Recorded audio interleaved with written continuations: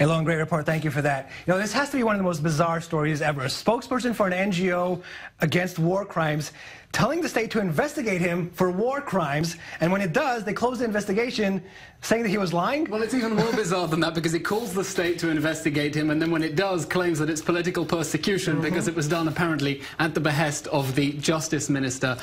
The state prosecutor says they didn't do it because the Justice Minister asked, but the fact is there still was political intervention. Certainly a paradox in the way Breaking the Silence is presenting the story. On the one hand, political persecution, you shouldn't be coming after me, it's political investigation. On the other hand, saying that it's sloppy work and that actually they should be pressing charges. And that makes sense in the context of their message, because they're not interested in less occupation or a better occupation. Their declared aim is to end the occupation. And in so doing, the gloves are off when it comes to criticising the government's approach. Dalia, political persecution, was it wrong for the Justice Minister, Ayelet Shaked, to ask for this investigation? Well, I think the fact is that it looks quite wrong, because even the prosecutor's office themselves sort of backtracked on that and said, well, we were actually considering investigating this before she made her request. They themselves were trying to get away from the sense that there was political intervention. They claimed that the military attorney general had asked them to investigate this case, which caused the IDF spokesperson to actually deny that claim. So there's basically a lot of people not wanting to take responsibility for this.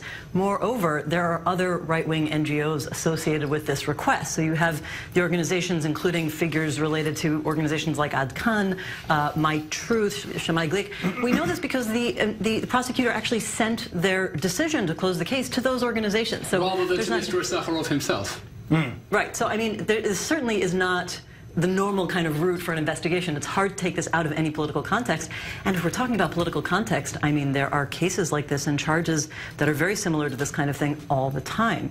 B'Tselem has over 25 years, opening up 739 cases like this. Ziva, well, first of all, three things must be put on the table when we're discussing. First of all, you said that when the prosecution started, they complained that it is political. When the prosecution was closed after finding nothing, they also complained that closing the investigation was also a political act in order to dismiss breaking the silence. Another thing that must be noted on this issue is that it is at least the third case in the last 5 years that I know of that breaking the silence were involved in and ended with nothing. In 2011, Haaretz published interviews with activists of Breaking the Silence that said that they were involved in this and that actions back in Gaza, and this was closed by the military prosecutor. But the more interesting case was in 2014 when the Ministry of Justice actually approached Breaking the Silence and asked for the names of the witnesses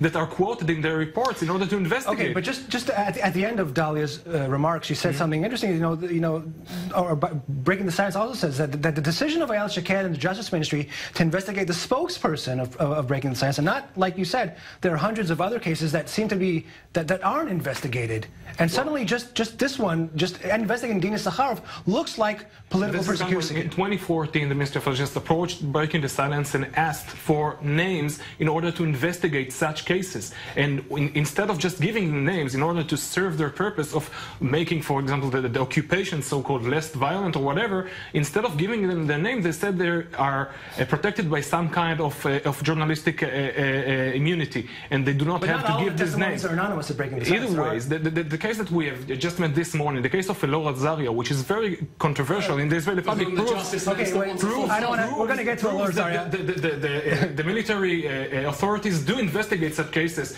when it is indeed needed. Okay, we have to. I'm going to let you chime in on that, Dalia. We have to go for a quick break. We'll be right back with more on Breaking the Silence. Stick around.